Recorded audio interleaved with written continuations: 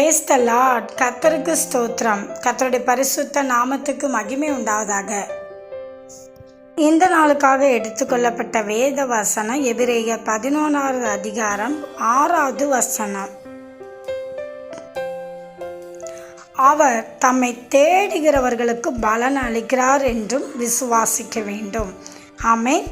இதை பார்த்து கொண்டிருக்கிற பிரியமான சகோதர சகோதரிகளே, கர்த்தருடைய வார்த்தை சொல்கிறது, அவரை நீங்கள் தேடுகிறீங்கன்னா அவர் நிச்சயமாக உங்களுக்கு பலன் அளிப்பார் என்று நீங்கள் விசுவாசிக்க வேண்டும் என்று கர்த்தருடைய வார்த்தை சொல்கிறது.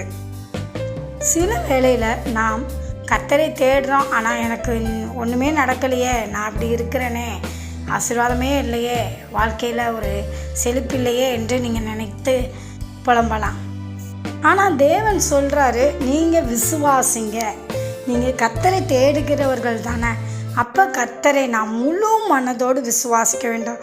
கர்த்தர் என்னை நடத்தி செல்வார். நீங்கள் எந்த வேலை செய்தாலும் எந்த காரியங்கள் செய்தாலும் சரி, கர்த்தரை விசுவாசித்து நீங்கள் செய்யுங்க. கர்த்தர் நிச்சயமாக என்னை நல்வழியில் நடத்தி செல்வார், ஆசீர்வதிப்பார்.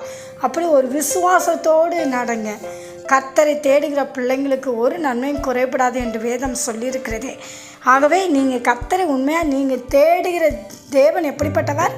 ஜீவனுள்ள தேவன். ஆகவே நீங்கள் சோர்ந்து போகாதீர்கள், கவலைப்படாதீர்கள். கர்த்தரை தேடுகிற பிள்ளைங்கள் எதை குறித்தும் கலங்கக்கூடாது. கர்த்தர் எல்லாவற்றையும் பார்த்து கொள்வார். ஆமென். தேவன் தாமே உங்களை ஆசீர்வதிப்பாராக.